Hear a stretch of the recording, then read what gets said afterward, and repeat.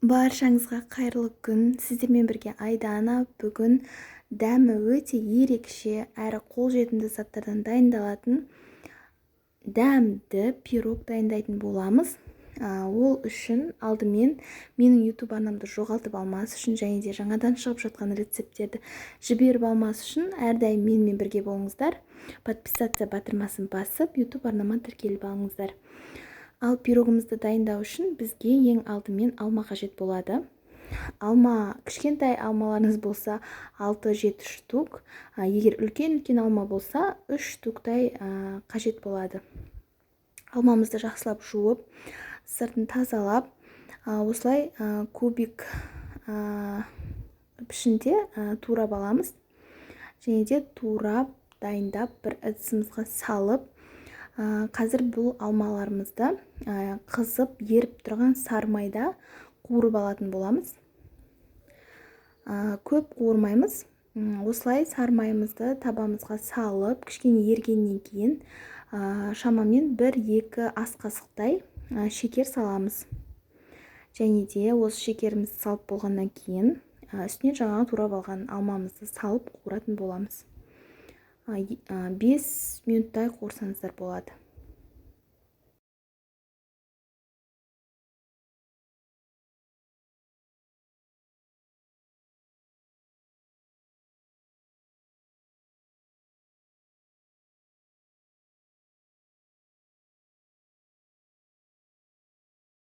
Мінекей алмамыз дайын болып қалды қуырылып. Кішкене әдемі хош иіс шығады.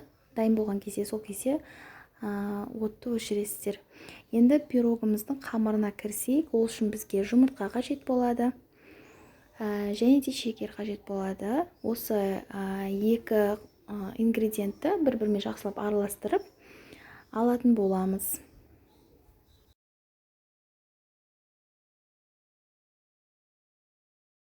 Енді бізге май қажет болады. Сары майды ерітіп салсаңыздар да болады, немесе осылай кәдімгі ақ майымызды, яғни сұйық майымызды салып араластыруға да болады. Енді осы қоспамыздың үстінен бөлме температурасында тұрған айранымызды саламыз. Және де осы қоспалардың бетінен сода салатын боламыз. Енді барлығын жақсылап араластырамыз. Қазір айран мен сода кішкене реакция береді. Осылай реакция беру міндетті, сонда пирог әдемі болып көтеріліп пісетін болады.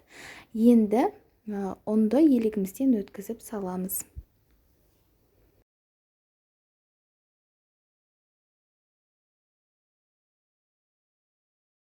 Енді осы қоспаларымыздың барлығын жақсылап араластырып аламыз. Ұнымыз түйіршек болып қалмау қажет. Барлығы бір массаға келгенше жақсылап араластырып алатын боламыз. Осылайша қамырымызды дайындап қойғаннан кейін пирогымыздың бетіне себетін крошкиді, яғни ұнтағымызды дайындайтын боламыз. Ол үшін бізге тағы да ұн қажет болады, шекер қажет болады, және де тоңазытқыштан шыққан сармай қажет болады. Осылай барлығын араластырып ұнтақ жасап аламыз. Мінекей осындай ұнтақ дайындап аласыздар. Пирогты пісіретін формамызға осылай сармай жағып дайындап аламыз. Енді осы формамызға жаңағы дайындап қойған қамырымызды екіге бөліп салатын боламыз. Бетіне құюға кішкене ғана қамырдың бөлігін алып қоямыз. Кішкене ғана, көп қажет емес. Осылай салып аламыз. Енді осы қамырымыздың бетіне жаңағы бастапқыда қуырып алған алмаларымызды салатын боламыз.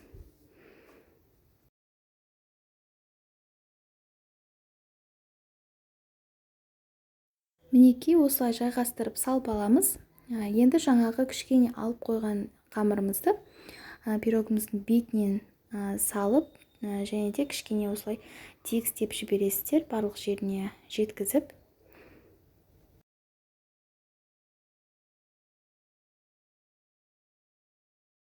Енді жаңағы дайындап алған ұнтағымызды пирогымыздың бетіне салатын боламыз.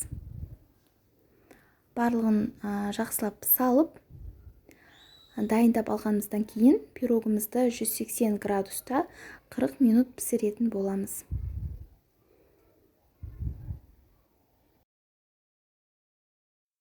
Мінекей пирогымыз дайын болды. Өте дәмді, өте сондай хош иісті пирог болып шықты. Міндетті түрде осы рецепт бойынша дайындап көріңіздер. Сіздерге ұнайтынына сенімдімін. Астарыңыз дәмді болсын. Және де менің YouTube арнама тіркелуді ұмытпаңыздар.